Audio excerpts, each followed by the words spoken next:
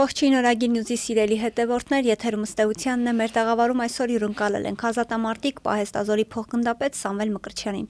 Բարև ձեզ, պարոն Մկրտչյան,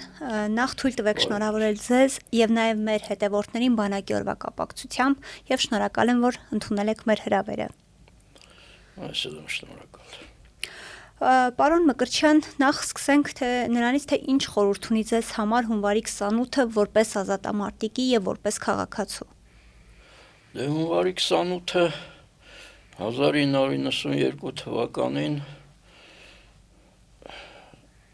առաջի անգամ սկսվեց 1992 թվականից, երբ որ Վազգեն Սարգսյանը իր առաջին հրամանը ստորագրեց որպես պաշտպանության նախարար, իմ հիշելով 4-ը արդեն կազմավորված զորամասերից ստեղծել պաշտպանության նախարարություն։ Կարող եմ ասել, 4 զորամասերից մեկը մեր հատուկ գունդն էր, մյուսը Վանաձորում ստեղծված զորամաս էր, մեկը Գորիսում էր, հետագայում բրիգադ դարձավ, մյուսն էլ կարծեմ Կապանում էր։ Այդ 4 զորամասերի հենքի վրա ստեղծվեց պաշտպանության նախարարությունը եւ այդ օրվա հրամանով Վազգեն Սարգսյանը որպես նախարար տվեց որ ստեղծել այդ արդեն ընդգրկել այդ զորամասերը պաշտպանության նորաստեղծ Հայաստանի Հանրապետության նորաստեղծ պաշտպանության նախարարության կազմում։ Իհարկե հետագայում զորամասերը ավելացան պատերազմի ժամանակ եւ գնաց արդեն պաշտպանության նախարարության զարգացումը էվոլյուցիան մինչեւ առ այսօր։ Դա հունվարի 28-ի 1992 թվականի հունվարի 28-ի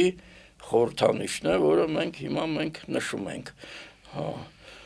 Իսկ որպես քաղաքացի իհարկե հպարտ եմ,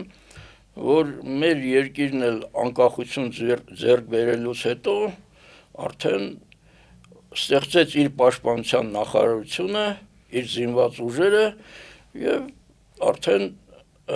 ամեն պետություն, որ ստեղծում է իր զինված ուժերը, դա նշանակում է, որ ինքը արդեն գնում է բռնել անկախության ուղի։ Առանց զինված ուժերի, առանց բանակի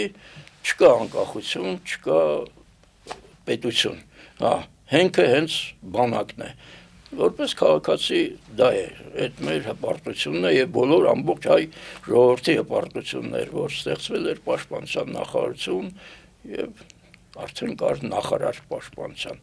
Հանձինս Վազգեն Սարգսյանի։ Պարոն Մկրտչյան, օրերս ազգային ժողովը օրենք ընդունեց, ըստ որի հունվարի 27-ը հռչակվեց որպես հայրենիքի համար բոլոր ժամանակներում զոհված մեր նահատակների հիշատակի օր եւ երեք արդեն Փաշինյանը, նախագահը Ալեն Սիմոնյանը այցելեցին Եռաբլուր, շատերը այս օրը չեն ընդունում, ասելով որ դա համընկնում է օրինակ հрьяաների ցեղասպանության օրվա հետ եւ կարող էին մեկ այլ օր եւ կապ չունի, մեր զոհերի հետ կարող էին մեկ այլ օր դնել այդ հիշատակի օրը, դուք ինչպես եք վերաբերվում սրան։ Անկեղծ ասած ինձ համար էլ դա նորություն էր, ընդհանրապես պատահաբար ինտերնետից լսեցի ազգային ժողովի փոխնախագահներից մեկին Ռուբինյանին, նա ասեց, որ այսպիսի օրենք են ընդունելու, կա երկրային բանակը, մենք արդեն ուզում ենք նաև երկրային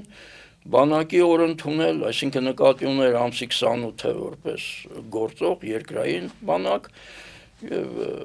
նախորդ օրն էլ զոհվածների համար եւ հայտարարեց, որ օրենքները լինում են այնպես, որ կարող է 1 ամիս, 2 ամիս հետո ուժի մեջ մտնեն, բայց այս օրենքը հենց ընդունման պահից ուժի մեջ է։ Դա 2 օր առաջ է երևի, 2 կամ 3 օր էր։ Ես այդքան էլ լավ չէ, ես որպես քաղաքացի, որպես նախկին զինվորական ճիշտ ասած, ես այդքան էլ լավ չհասկացա, թե ինչի համար է դա արվում եւ այդպես շտապողական առանց որևէ թեկուզ ինչ-որ քննարկումների, ուրիշն ինչ-որ որևէ ժողովրդի հասարակության կարծիքը հարցնելու ինձ համար դա բարձ չէ դեռ, թե ինչու հենց այդ օրը այդպես նշեցին, ուզեցան, որ հենց այդպես լինի, դե երկրի իշխանավորներն են, ինչ ուզում են էլ անում են, հետագայում երևի կերևա, ինչի համար այդպես եղավ, իսկ զոհերի հիշատակը հիշելը իհարկե, մենք պարտավոր ենք ամեն օր, ամեն ժամի մշտական դա հիշել, եթե հատուկ օրել են հատկացնում, գոնե ինչ-որ խորհրդանիշ պիտի լինի, խորհրդանիշն էլ, եթե իմ կարծիք, օրինակ, տարբեր, ես լսեցի, որ տարբեր մարդիկ տարբեր կարծիքի ունեն, օրինակ ես կարող եմ այդ խորհրդանիշը ասել, որ ինձ համար ամենից ծանրը ես ընդունեցի նոյեմբերի 9-ի այդ կապիտուլյացիոն փաստաթուղթը, եւ արդեն այդքան զոհերը կային, ինձ համար որպես, չգիտեմ, իմ անձնականն է, հիմա ես երբ կարելի էր այդ օրը ավելի ճիշտ կլիներ, արդեն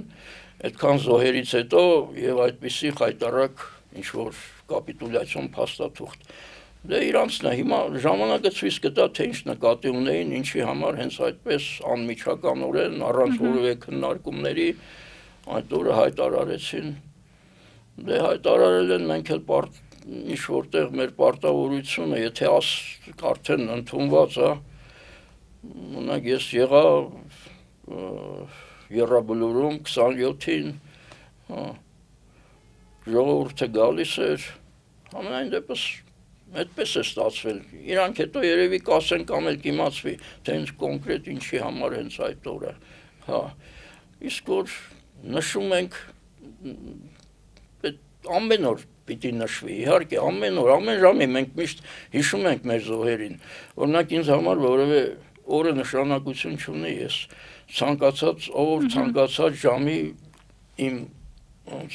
սրտի թելադրանքով ես գնում եմ Եռաբլուր, այցելում եմ, ինձ համար օրը այդքան էլ նշանակություն չունի, թե ինչ օր է, ուղղակի իմ հոգեբանությունից, զգացողություններից ելնելով, իմ կարոտից Եռաբլուրում ես գնում եմ, որևէ նշանակություն չունի, օրը ինչ օրը, առավոտը, կեսօրը, մութը։ Եվ անդրադառնալով նորից բանակի օրվան, ինչպիսին էր այն ոգին, որով ձևավորվեց հայկական բանակը եւ արդյոք դա պահպանվել է մինչ օրս։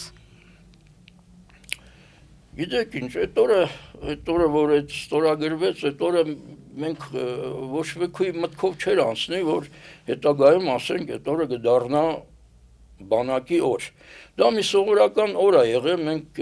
անկեղծ ասած տեղյակ էլ չենք եղել, մենք մեր գործն ենք, մեր ծառայություններ, մեր պատրաստություններ, ասենք, կատարում ենք, մարտական պատրաստություններ, սահմաններում ենք եւ այլն, կոնկրետ վերցնենք, ասենք, մենք որպես այդ զորամասերից մեկը, որ ընդգրկված էր, մենք չենք էլ իմացել, թե ասենք վերևում, սենց ասած, բարձր հրամանատարության, ղեկավարության կազմում, ասենք ինչա կատարվում, նրանք նախարարություն են հիմնել եւ այլն, անկեղծ ասած դա մեզ այդքան էլ հետաքրքիր չէր, մենք մեր գործն ենք անում, հայրենիքի սահմաններն ենք պաշտպանում, թշնամու դեմ ենք կռվում, հետագայում շատ նենց բանով, ուղղակի իմ անձնականով եմ ասում, իմացա իմ գործերից նյութեր ուզեցին, բժշկական հանձնաժողովը նյութեր ուզեց, ասեց կգնաս հանձնական գործից այսինչ էջը, ասա թող քսերոքսանեն տամ, բերեն, որ քո բժշկական գործերին կպցնենք, ուրեմն ես եկա այդ էջերը խնդրեցի, ասես ասենց բան է, էլի, քսերոքս արեք տվեք, Ընդեղ մեկ էլ տեսնեմ գրված է, որ 92 թվականի հունվարի 28 հայտարարել վերահայտարարում Մեսինչյան, կոնկրետ ինձ, Սամվել մայոր, կապիտան Սամվել Հայկի Մկրտչյանին նշանակել վերանշանակել, թե հաստատել գումարտակի հրամանատարի կազմում։ Հետո հենց 92 թվականի հունվարի 28-ն էր։ Տեղյակ չենք եղել մենք, հետագայում արդեն մոտավորապես պատերազմից երևի 10 տարի էր անցել, որ քննարկում գնաց, թե որ օր է նշանակել ստեղծել բանակի օր, պատերազմի ավարտից երևի 2000-ականներին էր, ինչ որտեղ բան կար, որ հատուկ գնդի կազմավորման օր է նշանակել, այդ հատուկ գունդը այն ժամանակ, երբ որ կազմավորվել էր, դեռ երկիրը անկախություն չէր ունեցել, 1990 թվականի սեպտեմբերի 20-ին, բայց հետո ինչ որ բաներից հետո, խորհրդակցությունից հետո որոշել էին նշանակեն այն օրը, որ պաշտպանության նախարարությունն է կազմավորվել Վազգեն Սարգսյանի գլխավորությամբ որպես նախարար եւ առաջի հրամանը ինքը այդ զորամասերի կազմավորման ինքն է տվել հենց այդ օրը։ Ու տենց էլ այդ օրը հայտարարեցին որպես բանակի օր եւ մինչեւ հիմա այդ օրն է տենց բանակի մեր բանակի օրն է։ Հա։ Որպես ազատամարտիկ ինչպես է գնահատում հայկական բանակի ներկայիս վիճակը։ Ձեր կարծիքով ինչպես պետք է նշվի բանակի օրը, որ այն լինի ոչ միայն տոն, այլ նաև բանակի ու սպայի հանդեպ այսպես պատասխանատվության օր։ Գիտեք ինչ, բանակի սպան պատասխանատու է, համենայն դեպս մեր ժամանակներում ամեն օր էլ իր գործի համար պատասխանատու է եւ նա ոչ միայն պատասխանատու է, այլև կյանքով է պատասխանատու, որ իր վրա դրված առաջադրանքները կատարվեն, ասենք, ել չեմ ասում մարտական գործողությունների ժամանակ, պատերազմի ժամանակ։ Իսկ ներկայիս վիճակի համար անկեղծ ասած, ներկայիս վիճակը ես դե բանակից զորացրված եմ, կոնկրետ գործող բանակի մեջ չեմ, բայց դե տարբեր տեղերից տարբեր ինֆորմացիաներ ունեմ, լսում եմ, տեսնում եմ, հետաքրքրվում եմ, գիտեք ինչ կա, բանակը դա պետության ժողովրդի հայլին է, հա, ինչպիսին քո պետությունն է, ինչպիսին քո ժողովրդի տրամադրվածությունն է, այնպիսին էլ բանակում է նույն մթնոլորտը տիրում։ Ավելի ես պարզ ասեմ,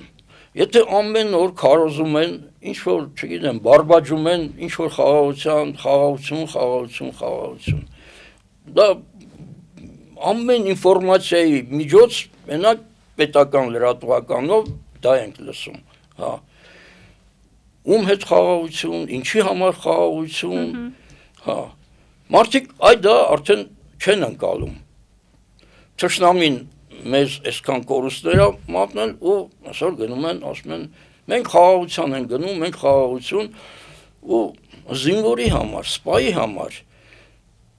ինքը բանակը ինքնըստինքյան զինված կազմավորում է եւ դու այնտեղ պիտի քո ձեռքը զենք կա, քո տրամադրության տակ զինամթերք կա, դու պարտավոր ես դա օգտագործել։ Իսկ եթե դու անընդհատ դու ասում ես, դու գիտես, խաղաղություն, մի տեսակ որն անդրադառնում է նաև տվյալ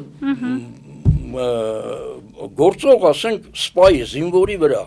ինչ պիտի այդ սպան ու զինվորը, եթե առավոտից իրիկուն լսում է խաղաղություն բառը, ինքը իր զենքը կփոխարինի, չգիտեմ, երևի պատառաքաղով կամ վերջը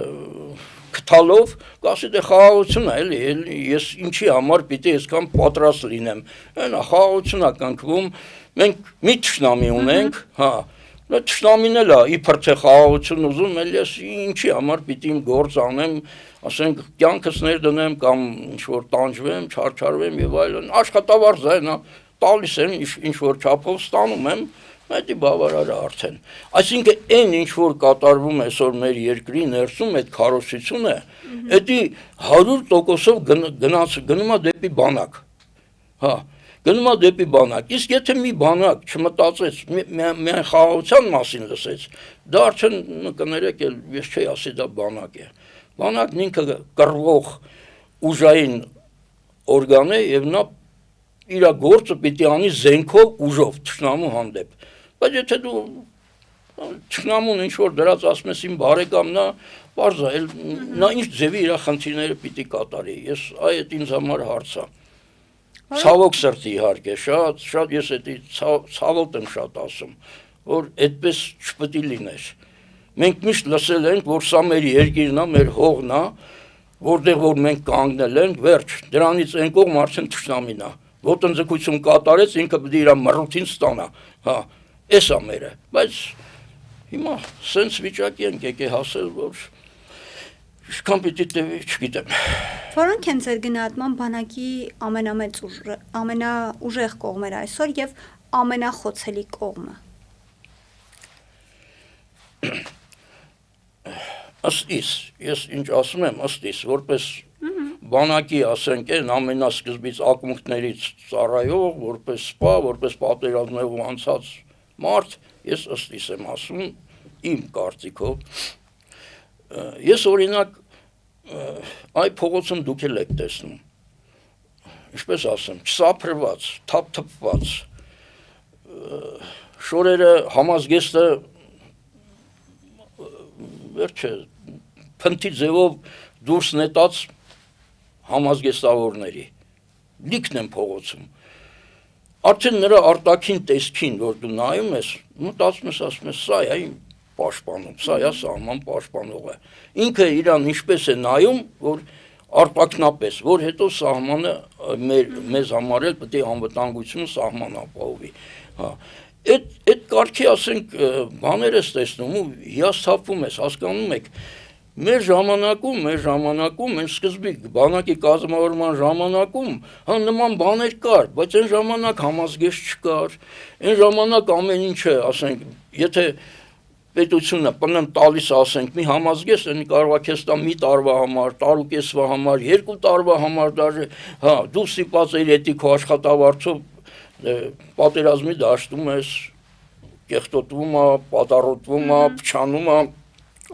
դու ինքդ մի կերպ քո ընտանիքին են աշխատավարձը որ պիտայր դա գնել, հագնել, որպեսզի մի քիչ տեսքտել գոնե նորմալներ, նույնը զինվորի համար էր, նույնը նրանցն էր, որևէ տարբերություն չկար սպայի ու զինվորի մեջ, այն ժամանակ բայց ուրիշ էր, հետո կամաց այդ հարցերը վերացավ արդեն, ու սկսվեցին ավելի նորմալ վիճակի բերել զորքը եւ սնունդը եւ համազգեստը եւ զենքը եւ զինամթերքը ամեն ինչը կամաց սկսեց բարելավել իսկ հիմիկվա վիճակով զենք զինամթերքի պահով չեմ կարող ասել թե ինչ ձև են ոնց են բայց ասենք տեսնելով նրանց վիճակը ես արդեն պատկերացնում եմ թե այդ նույն համազգեստավորը այսպես թափթփած իր անձնական զենքը ոնց պիտի պահի, զինամթերքը ոնց պիտի պահի, զենքը որ միշտ լինի մաքուր վիճակում, ինքս իրան չի մաքուր պահում, ինքը իր զենքը մաքուր կպահի, ասենք կամ այն պատասխանատվությունը որ դրված է իր վրա, ինքը ոնց պիտի այդ վիճակով կատարի, վերջը նման բաներ ես դա լրիվ անբավարար եմ գնահատում այսօրվա վիճակով Որքան էլ ցավալի է խոսել այս մասին, մենք կորցրել ենք մեր հայրենիքի մի մասը Արցախը։ Վրեժ լինելու է եւ ով է լուծելու այդ վրեժը։ Գիտեք ինչ, մեր մեծերից մեկը ունի չէ խոսքը ասում են, այն որ օրինակ է բերում կով ասմարեն, արածում է հորթին 3 էին մորցել, չէ, տենց մեր մեծերից մեկի խոսքը տենց կա։ Այսինքն նա հիշողությունից զուր կա։ Հիմա վրեժը դա հիշողություն է։ Եթե դու այդ հիշողությունը կորցրեցիր, ոչ վրեժ ոչ կունենաս, ոչ էլ դու հիշես, որ մշտական, որ քո թշնամին է նա։ Նա ոչ մի ձևով չի փոխվել, հասկանում եք։ Օրինակ բերեմ 100 տարի առաջ էր 115, երբ որ Սուլթան Համիդին փոխարինեցին երիտ թուրքերը նրանք էլ նույն ձևով եկան ասենք այն ժամանակ դե Հայաստանը պետություն չէր ենթակա ժողովուրդ էր բայց ասում էին որ բոլոր ազգերը հավասար են կորոնական որևէ նշանակություն չունի մահմեդական քրիստոնյա եւ այլն մենք վերջը առաջադիմություն ենք անում, եղբայրություն ենք անելու իրար հետ եւ այլն երիտ թուրքերը որ սկզբնական իրեն շրջանում եկան իշխանության այդ լոզունգներով են գնում դաժե մեզանից մեր ազգից իրանք բաներ դեպուտատներ ոնց է կոչվում այդ պատգամավորներ կար իրանց մոտ այդ իրանց այդ բարձր այդ խորհրդարանում բայց հետո ինչ տեղի ունեցավ մոռացվեց նրանք անմիջապես ու 1915 թվականին տեսանք ինչ տեղի ունեցավ։ Այսինքն թուրքն է դա էությամբ, հասկանում ես, դու երբեք չպիտի մոռանաս, դու հետ գործ ունես։ Դա է մեզ կյանքը մեզ դա է սովորը, մի մոռացի, բայց այսօր նույն բաներն են անում, ինչ որ այն ժամանակ են արել։ Նույն բաներն են արել, մի քիչ փոխվում է ձևը, մի քիչ ձևը փոխվում է, բայց էությունը ամբողջովին նույնն է։ Հունվարի 1-ից պարտադիր զինվորական ծառայության ժամկետը դարձավ 1.5 տարի։ Դուք որպես բանակի նվիրյալ ինչպես եք վերաբերում այս որոշմանը։ Հիմա ես ասեմ, ուրեմն նոր որ բանակը կազմավորվում էր 92 թվականին, որ արդեն Գարնանից սկսեցին առաջի զորակոչ անել, այն ժամանակ 1.5 տարի էր, ասեմ, այն ժամանակ 1.5 տարի տենց եղավ, հա։ Այդ օրենքը գործեց մինչև պատերազմի ավարտը 1.5 տարվա զինվորը գալիս էր 1.5 տարի էր ծառայում պարտադիր զինվորական ծառայությունը բայց հիմա համեմատել այն ժամանակվա ծառայությունը զինվորի ու հիմիկվան դա անհամեմատելի է որովհետև այն ժամանակ պատերազմ էր այն ծանրաբեռնվածությունը որ ուներ զինվորը պատերազմի դաշտում զինվորը սպան ու խոսքը զինվորի մասնա զինվորին ասենք այն ծանրաբեռնվածությունը այն ամեն ինչ որ ամեն րոպե ինքը կարող է զոհվի որ ամեն րոպե իրեն վտանգ է սպառնում ինքը մշտական ցուրտ է շոքա եւ այլն այդ անմիջական այդ բոլոր գործոնները նրա վրա ազդում են զինվորի վրա հա այն ծանրաբեռնվածությունը որ այդ ամբողջ ծառայության ընթացքում ինքը տեսնում է դա ասենք այդ 1.5 տարին կարելի է համեմատել երևի մի 20 տարի 30 տարի պիտի ծառայես ասենք դժվար պահերում խաղաղ ժամանակում որ համեմատվի հա հիմա վերցեցին 1.5 տարի արեցին ըստ իս դա ուղղակի քաղաքական նշանակություն ուներ, ես իմ կարծիքն եմ ասում, հա, այդ 1.5 տարուց հետո ասեմ, որ արդեն պատերազմի ավարտից հետո Վազգեն Սարգսյանի հրամանով 95 թվականին, կամ հա 95 թվականին Վազգեն Սարգսյանի առաջարկությամբ պաշտպանության նախարարը ինքը խորհրդարան մտավ եւ 1.5-ը սարքեց 2 տարի, ասեց մենք մեր բանակը ել ավելի պիտի զորացնենք 1.5 տարին պատերազմի ժամանակ էր, դա հասկանալի է, հիմա խաղաղ ժամանակ ենք անցել, մենք մեր բանակը պիտի բանակաշինություն անենք, պատրաստենք ավելի ուժեղ եւ այդ 1.5 տարին բավարար չի խաղաղ պայմաններում, որպեսզի զինվորը դառնա իսկական զինվոր։ Դրա համար հարկավոր է 2 տարի։ Եվ այդ օրենքը գործում էր մինչև այս թվականը։ Հա։ Ու հետո հիմա էլ ըստ իս այդ ինչի համար արեցին իրանց քաղաքական նշանակություն, հա, որպեսզի ցույց տան, որ դուք տեսեք ինչ, 1.5 մի սարքեք բանակ, իրանց նպատակը բանակ չունենալն է, մի ունեցեք բանակ, տեսնենք ինչ է, հետո։ Ձեր կարծիքով ինչպես պետք է փոխվի հասարակության վերաբերմունքը բանակի եւ զինվորի նկատմամբ։ Մեր ժամանակում հասարակությունը շատ լավ էր ընդունում։ Հա, մեր հասարակության, մեր ժողովրդի կողմից երբևիցե մենք ժողովրդի հարգանքն ու սերն ենք վայելում, բոլոր տեղերում, ամեն ինչում, կապ չուներ համազգեստով ես, զինվոր ես, սպա ես, դու ժողովրդի մեջ քո սերն ու հարգանքն ունես։ Ինձ թվում է հիմա էլ է այդպես, մեր ժողովուրդը զինվոր սիրում է, մեր ժողովուրդը բանակ սիրում է, ուղղակի այս քարոզչությունը նենց է, որ ամեն ինչը տարանջատեցին, խեղաթյուրեցին, հա։ Բայց կվերադառնանք մեր նախկին վիճակին, հավատացեք։ Պարոն Մկրտչյան, ինչ դեր կարող են եւ պետք է ունենան ազատամարտիկները բանակի բարեփոխման գործընթացում։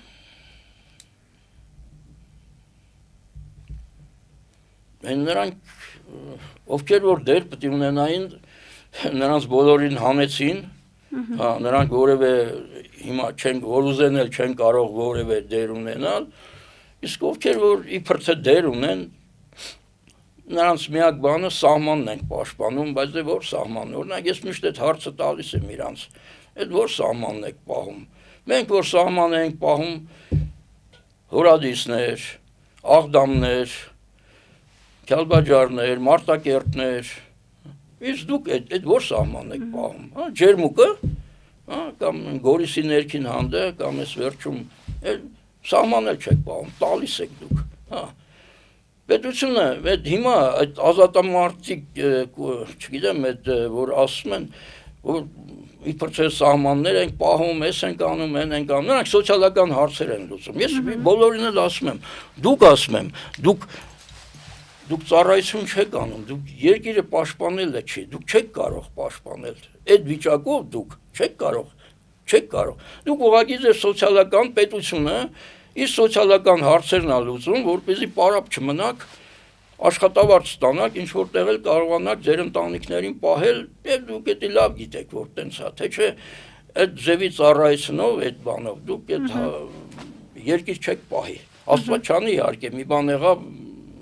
դուք չկաք, իմացեք։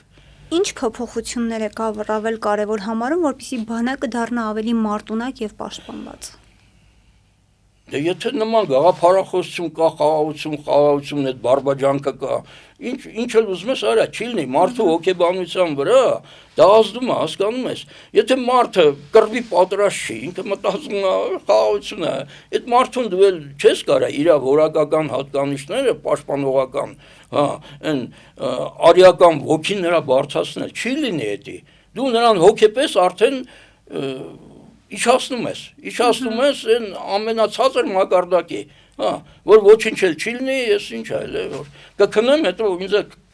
կարող է գան սպանես, ինքը տեղյակ էլ չլինի, ոնց եղավ, ինչ եղավ։ Այդ բարբաջանքը դրան է բերում։ Այս իշխանության օրը որևէ հնարավոր չի նման ինչ-որ ձևով բան անել, բարձրացնել բանակի ոգին եւ այլն, դրանք այն քարոզությունը, որ իրանք են այսօր տանում կամ արդեն 5 տարի է տանում են, դա լրիվ հակասում է զուտ բանակային տրամադրվածությանը, բանակային օրենքներին, հոգեբանությանը։ Դա չի լինի, հա։ Իսկ ընդհանուր առմամբ, եթե դուք ուզում եք իմանալ ոնց անել, որ բանակը ուժեղ լինի, ես ասեմ իմ նկատառումները։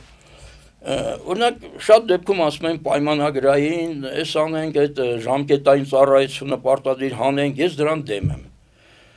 Հիմա ասեմ ինչու։ Ես իմ ամբողջ պատերազմը, առաջի պատերազմը եղել եմ պարտադիր ծառայության զինվորների հետ, նրանց հրամանատարն եմ եղել։ Ես լավ գիտեմ մեր զինվորի եւ ուժեղ կողմերը եւ թույլ կողմերը։ Հիմա ուժեղ կողմը նա է, որ նա քաջա, խիզախա, անվերապահ կատարում է իր հրամանատարների հրամանը, որևէ վտանգի առաջ չի կանգնում։ Իր կյանքը կզոհի, բայց իր դրած առաջ զինվորը, մեր հայ զինվորը կկատարի, հա։ Նրան հարկավոր է ուղղակի լավ հրամանատար։ Իրեն լավ հրամանատար, սկսած դասակի հրամանատարից վերջացրած գնդի հրամանատարով, անձնական օրինակով լավ հրամանատարներ։ Քանի հրամանատարը կանգնած այդ խրամատում, այդ դիրքում,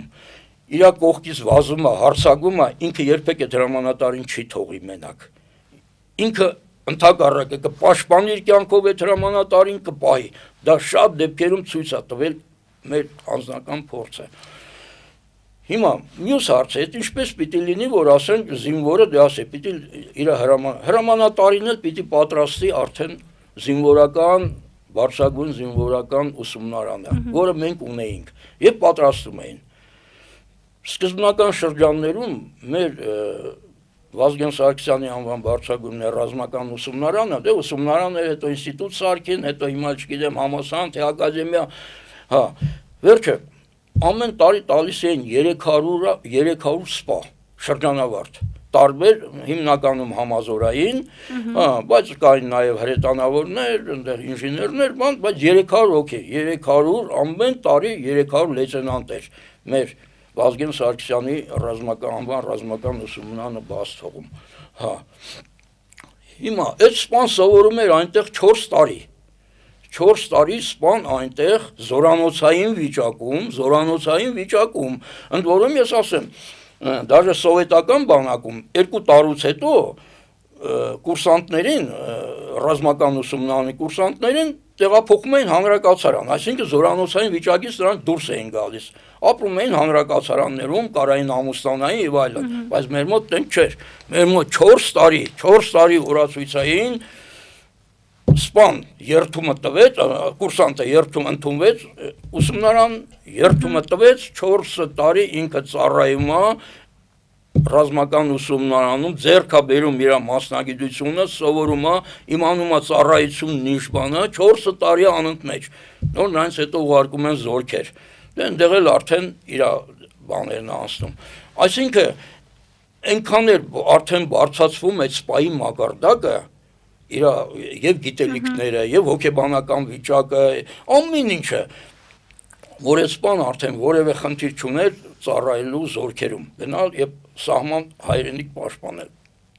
Նման սպաներով պիտի համալրվեր մեր բանակը, ու համալրվում էր։ Մենք խնդիր ունենք սկզբից լեյտենանտների, ավագ լեյտենանտների, կապիտանների հետ ցածր սպայական կազմի խնդիր կար, հա, որովհետև հետո երբ որ մեր այդ ռազմական ուսումնարանը սկսեց իր կադրերը տալ, այդ բանը կամաց լծվեց։ Իսկ դիրքերում հիմնականում լեյտենանտն է կանգնում, դիրքի հրամանատարն է լինում, ավակ լեյտենանտը, ասենք դասակի հրամանատար, նրանք են հիմնականում առաջնային գծում նրանք են կանգնում։ Հա։ Նու նրանից հետո ասենք արդեն կանգնում է գումարտակի հրամանատարն է, մի քիչ ավելի խորը քաշված թիկունքում, ու հետո իհարկե զորամասն, արդեն զորամասի հրամանատարությունը։ Նրանցով այ բանակը ուժեղը այդպես դու պիտի պատրաստես սպաներ, որոնք եւ գրագետ լինեն եւ իրենց երկրին հավատարիմ, իրենց երդմանը հավատարիմ։ Զինվորը կա, ինքը զինվորին պատրաստում է։ Այդ զինվորը գալիս է 6 ամիս հետո ինքը դառնում է արդեն նորակոչիկից դառնում է զինվոր, հա։ Եվ այդ զինվորի ու սպայի այդ ամբողջ այդ միաձուլությունը բերում է հաջողություններ ցանկացած բարդ մարտական խնդիրը կատարելու ժամանակ։ Արդեն դա կա, արդեն դա կլինի։ Բայց հիմա, չգիտեմ, ինչ-որ գյուղատնտեսական ավարտած կամ, չգիտեմ, անասնաբուժական ավարտած, տանում ասում են, դու արի սպա ես, գնա դիրքեր վերցու, ես արա, են արա։ Այդտենց ամեն ինչ այսենց խառնել են, գցել են։ Մենակ սոցիալական հարցեր, թող փող ստանան, ինչ այլ է որ։ Խաղաղություն է։ Եվ պարոն Մկրտչյան, ամփոփելով զրույցը, ինչ ուղերձ կհղեք այսօր ծառայող զինվորներին եւ ինչ կասեք երիտասարդներին, ովքեր գուցե հիասթափված են բանակից կամ ծառայությունից։ Ասենք զինվորների մասին, զինվորներ ջան, պիտի ծառայեք, այդ ձեր պարտքն է։ Մեր հայ ժողովուրդը հայկական սովորության համաձայն առու զավակ լինելուց միշտ հայրը շատ ավելի նկատի ունեմ, ամենի շատ հայրն է ուրախանում, որ տղա է ունեցել, հա։ Առու զավակ չունենալ ինչ որտեղ համարում են ընտանիքի համար ոչ լիարժեքություն, չէ՞։ Իսկ առու զավակ, տղա զավակ ունենալը, դե տղա ես, ուրեմն պիտի նաև քո հայրենիքը պաշտպանես, իսկ այդ հայրենիքը քո ազգը պաշտպանես։ Այդ ազգն է, քո քուրն է, քո եղբայրն է, քո վերջը, մնացած, այն ինչ որ քո լեզվով խոսում են, ինչ որ դու մշտական ծնվել, մեծացել, շփվել ես, դա է հայրենիքի սահմաններն էլ ինչ որ քեզ ցույց են տալի, ասում են։ Դա պարտականություն է։ Դպրոցից պիտի դաստիարակվի, որ մեր երեխեք տղեկը լավն են, ասենք այդ կողմով միշտ էլ իրանք ունեցել են, ես ասեմ, մեր զինվորները ոնց ասեմ, ես չգիտեմ, ես ծառայել եմ սովետական բանակում էլ, ես գիտեմ, թե ուրիշ ազգությունների զինվորները ոնց են վերաբերվել ծառայությանը, դաժե ռուս զինվորը ոնց է վերաբերվել, որ այդքան ասում են, բայց մերը լրիվ ուրիշ ձևի է, մերը ախր ուրիշ կարգի է։ Մենք որևէ հարցում խնդիր չունենք, ուղղակի ես ասեցի, հարկավոր է այնպիսի սպայական կազմ, որ ինքը դրան հավատա, հավատաց վերջ ուրեմն, գնացին, միասին կմեռնեն, որևէ խնդիր չունեն իրանք այդ հարցում, հա, իսկ սպաները նորից կցանկանայի, որ ունենան այն ոգին, որ այն ժամանակ եղել է այդ ուսումնարանը, ռազմական ուսումնարանը, անունը փոխելով, չգիտեմ, բարձրացնելով, հնչյուններ տալով, մեծ, դու դրանով սպա չես պատրաստում։ Հիմա երևի ռազմական ուսումնարանի պետը, չգիտեմ, լսում է ինձ թե չէ, ինձ ճանաչում է, ինքը գիտի, այդ իրա մեղքը չի իհարկե, կամ իրա բան, ինքը ուղղակի նշանակվել է, հա, ինքը կատարում են, ինչ որ իրան ասում են, ինքը այդ նույն Վազգեն Սարգսյանի ռազմական ուսումնարանն է ավարտել, ինքն էլ լավ գիտի, թե այն ժամանակ ոնց էր, հիմա ոնց է, այ անկեղծ զրույցի մեջ, եթե բան լինի, ոչ օֆիցիալ անկեղծ, ինքն էլ կասի, այն ինչ որ այն ժամանակ էր, ինչ որ հիմա է, հա, հուսանք, որ կլինեն լավ ժամանակներ, որ այն ժամանակվա այդ ջահելները որպես սիրով, նվիրումով սովորում էին 4 տարի զորանոցային վիճակից հետո գնում էին նորից էլ ընտանիքից կտրված ծառայություն են անում, իրենց հայրենիքի սահմաններն էին պահում։ Կգա երևի այդ ժամանակը, որ այդ ձևի նորից տղերք այդ նույն հոգեբանությունը կունենան ու կկատարեն իրանց գործը էլի մեր հայրենիքի ազգի հանդեպ։ Ես հույս ունեմ, որ էդի կլինի, ոչ հեռու ապագայում կունենանք նման բաներ։ Ուղղակի հիմա քանդել են ամեն ինչ, բայց ոչինչ, զրոյից չեն կանի, կա, հիմքը կա, երբեք այդ հիմքը չեն կարա քանդի, այդ հիմքը այն ինչ որ ստեղծվել է, ես հիշում եմ, երբ որ Վազգեն Սարգսյանն այդ ուսումնարանը հիմնադրեց, հա, ռազմական ուսումնարանը, հա, ուրեմն սկզբից մի ինչ-որ հետագայում գնացի տեսա, ասենք, շապսի կացարաններ այնտեղ զինվորները, այդ կուրսանտները տեղ էին բան, հետո կամաց, որնա մեծ թափով շինարարություն հավաքեց, 4-5 բաներ հսկա շինություններ սարքեցին, զորանոցներ, ամեն մեկը 2-3 հարգանի, հա, մի գումարտակը, 4 գումարտակ, մի գումարտակը մի զորանոցում էր, մի գումարտակը մյուս տենց առանցին զորանոցային զորանոցներ էր, հա, ամեն ինչը կահավորված, պատրաստի, որ այդ իրանց սովորելու տեղն առանցին, դասասենյակները, բան։ Հիմա ինչ է, հիմա զորանոցներից 2 թե 3-ը դաժե կարծեմ տվել են ոստիկաններին։ Տվել են, որ այնտեղ ոստիկաններն են ինչ-որ կացարան են սարքել հանրակացանի նման, ինչ-որ ծառայություններ են տանում, այդ շինությունները, որ ուղղակի, ոնց ասեմ, ցավ ես զգում, էլի, որ ժամանակին մտել ես, տեսել ես այնտեղ ովքեր են, իսկ հիմա ովքեր են այնտեղ։ Ինչ ասեմ։ Շնորհակալ եմ պարոն Մկրտչյան զրույցի համար։